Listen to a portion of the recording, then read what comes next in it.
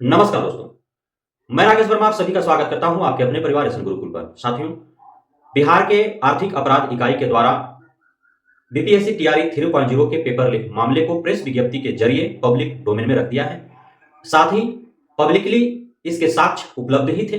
कई WhatsApp group, Telegram group में घूम ही रहे थे। जो भी प्रश्न थे उसके सटीक आंसर हैंडराइटिंग में सुसज्जित ढंग से लिखे हुए घूम रहे थे, तो साक्ष्य की कमी थी नहीं। साथ ही उधर हजारीबाग में आर्थिक अपराध इकाई के द्वारा लगभग 300 अभ्यर्थियों को पकड़ा गया था, जिसमें पुरुष और महिला दोनों सम्मिलित हैं, एवं 5-7 सॉल्वर गैंग के सक्रिय सदस्यों को भी पकड़ा गया था। पूरे मामला क्या था, कब से छानबीन चल रहा था, कैसे पता चला आर्थिक अपराध इकाई बिहार को कि पेपर लीक हुए हैं, तो इसमें हमारे बिहार के छात्र नेताओं का अहम भूमिका रहा है, जिनके द्वारा ये सूचनाएं उन तक पहुंचाई गई। क्योंकि चौक चौराहे पर या जो चर्चाएं चल रही थी, जो अभ्यर्थियों के द्वारा जो बातें बताई जा रही थी, उसके आधार पर आशंका तो था कि पेपर लीक कहीं न कहीं हो गया है। क्योंकि इतने बड़े स्तर पर पिछले बार बीपीएससी टीआरई 1 टीआरई 2 के दरमियान भी हुए आंशिक तौर पर जिसकी चर्चाएं थी, लेकिन इतना चर्चा नहीं था और इस तरह से खुलेआम जो है नहीं पता चल पा रहे थे कि कौन-कौन इसमें संलिप्त है, कहाँ क्या हो रहा था। लेकिन इस बार 13 मार्च को ही, परीक्षा से 2 दिन पूर्व ही बिहार के आर्थिक अपराध इकाई को पता चल गया था कि पेपर लीक हुए हैं। अब जिम्मेदारी उसकी थी कि इसको पकड़ा कैसे जाए, क्योंकि पेपर लीक हुए हैं ये बता दिया गया था। साथ ही कुछ उस प्रकार के व्यक्तियों के बारे में भी बता दिए गए थे कि ये संलिप्त हो सकते हैं। उस आधार पर खोजबीन छापेमारी चालू हुई। साथ ही गुप्त सूचना के आधार पर, गुप्त सूचना कौन दिए इसके बारे में तो खैर कोई उजागर नहीं करेगा, लेकिन कहीं ना कहीं गुप्त सूचना थी, उसके आधार पर चालू हो गए। 14 मार्च को ही बिहार के पटना एक करबिगिया से एक शख्स को पकड़ा गया था और उसके साथ कुछ अभ्यर्थी भी पकड़े गए। अब उन लोगों को ले जाया गया, उनसे पूछताछ हुई। पूछताछ के क्रम में पता चला कि सैकड़ों की तादाद में अभ्यर्थियों को उत्तर रटवाने के लिए झारखंड ले गए हैं। अब झारखंड ले जाया गया तो इसके बारे में तो लोकेशन उन लोगों को पता ही था, क्योंकि सभी तो एक ही गैंग से जुड़े हुए। तो जो एक सक्रिय सदस्य पकड़ा गया सोलवर गैंग का, उससे और अभ्यर्थियों से पूछा गया तो कुछ कुछ जो है उनको मिला, प्रशासन को, पुलिस को जो है कुछ नुक्स मिला कि कहाँ हो सकते हैं, क्योंकि झारखंड में गए हैं तो झारखंड में कहाँ गए हैं भाई। लेकिन अब ये तो उन्हीं से प्राप्त हुआ ना जानकारी कि कहाँ गए हैं। तो पता चला कि देवघर जाने वाले थे, देवघर से फिर हजारीबाग चले गए हैं। अब वहां पे जाकर के लगभग 5 होटलों और मैरिज हॉल पर छापेमारी हुई, तो पकड़े गए लोग लगभग 270 की संख्या बताई जा रही है, जिसमें जेंट्स भी हैं और जो है फीमेल भी हैं, यानी महिला पुरुष दोनों हैं। अब वहां पे पकड़े गए। अब वहां पे जो है 15 मार्च 2024 दिन परीक्षा आयोजित होने थे, उसी दिन सुबह 5 बजे ही छापेमारी की गई, है ना। तो छापेमारी करते करते जो है पकड़ा गया लोग। वहां पे लगभग 5 से 7 की संख्या में सक्रिय सदस्य पकड़े गए हैं, जो सोलवर गैंग के सक्रिय सदस्य वे पकड़े गए हैं। साथ ही पौने 300 के आसपास अभ्यर्थीगण पकड़े गए हैं, महिला पुरुष। और साथ ही वहां पे बिहार सरकार के स्वास्थ्य विभाग के उप सचिव का गाड़ी भी जो है वहां से जब्त किया गया है, पकड़ा गया है। आप देखे ही होंगे वीडियो में न्यूज चैनलों के माध्यम से। तो साथ ही वहां जब गया प्रशासन जब गई तो वहां के लोकल प्रशासन से भी मदद लिया गया, पुलिस से भी मदद लिया गया। संयुक्त रूप से छापे मारे गए, पकड़े गए लोग। वहां से सभी को जो है बिहार ले आया गया। बिहार के जो आर्थिक अपराध इकाई है उनके द्वारा बिहार ले आए गए और उसके बाद जो है एसटीएफ को सौंप दिया गया ये पूरे कि वो जांच करे और जो भी संलिप्त है उस पर उचित कार्रवाई हो। लेकिन वहां से जब्त क्या क्या किया गया, क्योंकि अब नकारना इसको तो नामुमकिन है, मुश्किल नहीं, नामुमकिन है नकारना कि पेपर लीक नहीं हुआ है, क्योंकि इतनी बड़ी संख्या में अभ्यर्थी पकड़े गए, सोलवर गैंग के सदस्य पकड़े गए। साथ ही जो वहां से साक्ष्य पकड़े गए, जब्त किए गए, उसके बारे में आप जानकर के पूरे प्लानिंग के साथ जो है एक कारनामे हो रहे थे। आपका प्रश्न पत्र पकड़ा गया, उत्तर कुंजी पेन ड्राइव में था, वो पकड़ा गया, पेन ड्राइव पकड़ा गया है। पेन ड्राइव जो है जो सोलवर गैंग के सक्रिय सदस्य थे उनके 14 तारीख को ही दे दिया गया था। उन्हीं को जिम्मेदारी था कि कौन कहां ले जाकर के और कितने अभ्यर्थियों को रटवाया जाएगा, अलग अलग समूह में जो है रटवाया जा रहा था उत्तर। तो पेन ड्राइव पकड़ा गया है, प्रिंटर पकड़ा गया है, लैपटॉप पकड़ा गया है ना, कैश भी पकड़ा गया है, मोबाइल 50 को पकड़ा गया है, ब्लैंक चेक पकड़ा गया है, एडमिट कार्ड पकड़े गए हैं।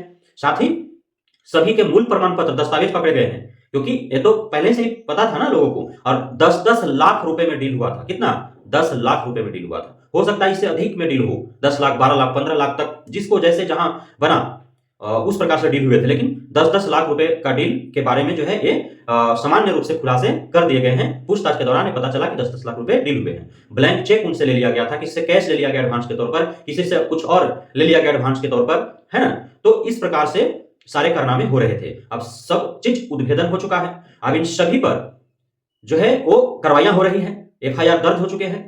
पूछताछ हुआ। उसके बाद 16 मार्च को जो है एफआईआर दर्ज हुआ। 420 420 का केस लगा, 120 का केस लगा, 468 471 470 इस तरह से धाराएं लगी। उसके बाद परीक्षा नियंत्रक अधिनियम है, उसके तहत जो है केस दर्ज हुआ। यानी कि सभी जो भी जो है सुसंगत धाराएं लगनी चाहिए, सुसंगत धाराओं के आधार पर विधि सम्मत कार्रवाइयां इन पर होंगी और इन्हें आजीवन जो है प्रतिबंधित भी किया जाना चाहिए। साथ ही जो भी सल्वर गैंग के सदस्य पकड़े गए हैं, सक्रिय सदस्य, चाहे वो पटना से पकड़े गए हों, चाहे वो हजारीबाग से पकड़े गए हों, तो इन सभी से पूछताछ हो। साथ ही इन्हें कठोर दंडात्मक कार्रवाई इन पर किया जाए और इनके ऊपर जो भी अधिकारी, पदाधिकारी, कर्मचारी, चाहे वो शिक्षा विभाग का हो, चाहे वो स्वास्थ्य विभाग के उप सचिव हो, चाहे बीपीएससी आयोग, क्योंकि बिना बीपीएससी आयोग के किसी अधिकारी, पदाधिकारी, कर्मचारी की मिलीभगत कहीं हो ही नहीं सकता है, तो वो तो ये अवश्यम भावी है और निश्चित है कि बीपीएससी आयोग का कोई ना कोई इसमें संलिप्त है, तो वो पकड़ा जाना चाहिए। यदि बीपीएससी आयोग का अधिकारी, पदाधिकारी, कर्मचारी पर आंच नहीं आता है तो फिर मामला जो है वो दब जाएगा, इसलिए कि लीक तो वहीं से हुआ ना। अब एक दिन पूर्व तो सभी जगह प्रश्न पत्र चले नहीं गए, 13 तारीख को ही जो है पता चल गया था, अर्थात 13 तारीख को हो सकता है कि प्रश्न पत्र जो है वहां से निकल गए हो सकता है ना। 14 तारीख को ही पटना में पकड़ा गया, वहां पे रटवाते हुए अभ्यर्थियों को एक सल्वर गैंग का सदस्य, तो 14 तारीख को ही चला गया। यानी कि सीधी सी इसका अर्थ है कि बीपीएससी आयोग के ही किसी अधिकारी, पदाधिकारी, कर्मचारी के माध्यम से ये जो है लीक हुआ है प्रश्न पत्र, तो वहां जरूर पकड़े जाने चाहिए। और स्वास्थ्य विभाग के उप सचिव का गाड़ी हजारीबाग क्या कर रहा था, तो इस पर जांच होनी चाहिए। अभी जो है किसी प्रकार का शिक्षा विभाग का, आपका शिक्षा मंत्रालय का, बीपीएससी आयोग का, बिहार सरकार का कहीं कोई देखे अभी तक बयान, इस पर कहीं कोई बयान नहीं आया, सभी चुप्पी साधे हुए हैं। लेकिन अब चूंकि शपथ ग्रहण जो है नए शिक्षा मंत्री को हुआ है, सुनील कुमार, जो पूर्व में आईपीएस रह चुके हैं, अब जो है आपका शिक्षा विभाग का एसीएस के पाठक आईएएस हैं शायद ही, और साथ ही नए चेयरमैन जो बीपीएससी आयोग के हैं वो भी आईएएस परमार रवि हैं। तो अब इन सभी को मिलजुल करके फैसला लेना है। हालांकि ऐसा माना जा रहा है कि चूंकि शिक्षा विभाग जो है रिक्तियां बीपीएससी आयोग को भेज दी, अब जिम्मेदारी पूरा परीक्षा कराने का, कंडक्ट कराने का उसका है। अब वो पारदर्शी परीक्षा नहीं आयोजित कर पाई, पेपर लीक हो गया, तो उसकी जवाबदेही बीपीएससी आयोग का है, बात सही है। लेकिन निर्णय तो सभी को लेने होंगे ना, जिम्मेदारी तो सभी का है, क्योंकि शिक्षा मंत्रालय के अंतर्गत शिक्षा विभाग, और शिक्षा विभाग चूंकि यह शिक्षा विभाग का रिक्ति था, इसलिए इसके दिशा निर्देश पर बीपीएससी आयोग कार्य कर रही है, इसलिए जिम्मेदारी सबकी बनती है। अब आकर के पब्लिक डोमेन में बोले आखिर कैसा हुआ, क्यों हुआ, कौन लोग इसमें संलिप्त हैं, और जो है कठोर कार्रवाई हो, कम से कम इसको निंदा भी तो करने के लाना चाहिए कि हाँ घोर निंदनीय है, ऐसा नहीं होना चाहिए था। सब कुछ शांति से सारे प्रक्रियाएं चल रही थी पिछले 6 महीना से जो भी हो रहे थे, लेकिन अब अचानक इस प्रकार से मामले कैसे आए, क्यों आए, तो ये होने चाहिए थे। साथ ही जो नए परमार रवि जी हैं, उनको पूर्व हमारे प्रिय अतुल प्रसाद जी से, उनसे भी इस पर राय मशवरा करना चाहिए। अंडरग्राउंड तो विचार विमर्श, राय मशवरा होना ही चाहिए ना, कि भाई आप देख चुके हैं और आप पूरे पारदर्शिता के साथ हर संभव प्रयास किए हैं, और छोटी मोटी जो है वो कहीं से यदि हुआ है तो अलग बात है, लेकिन इतने व्यापक स्तर पर तो नहीं होने दिया आपने। जब तक रहा तो आप किस प्रकार से आप कंट्रोल किए, क्या क्या आपने हथकंडे अपनाए, तो पूर्व जो हैं, जो सीनियर है, उनसे तो अनुभव प्राप्त करना ही चाहिए, राय लेनी ही चाहिए। तो अब यह देखना होगा कि नए शिक्षा मंत्री सुनील कुमार और नए बीपीएससी आयोग के चेयरमैन परमार रवि, ये दोनों मिलजुल करके क्या कुछ फैसले लेते हैं। हो सकता है कि आप तक ये वीडियो पहुंचे, आप वीडियो देख रहे हो और उधर घोषणा हो गया हो परीक्षा रद्द का, क्योंकि परीक्षा रद्द करने के सिवाय दूसरा कोई चारा है ही नहीं।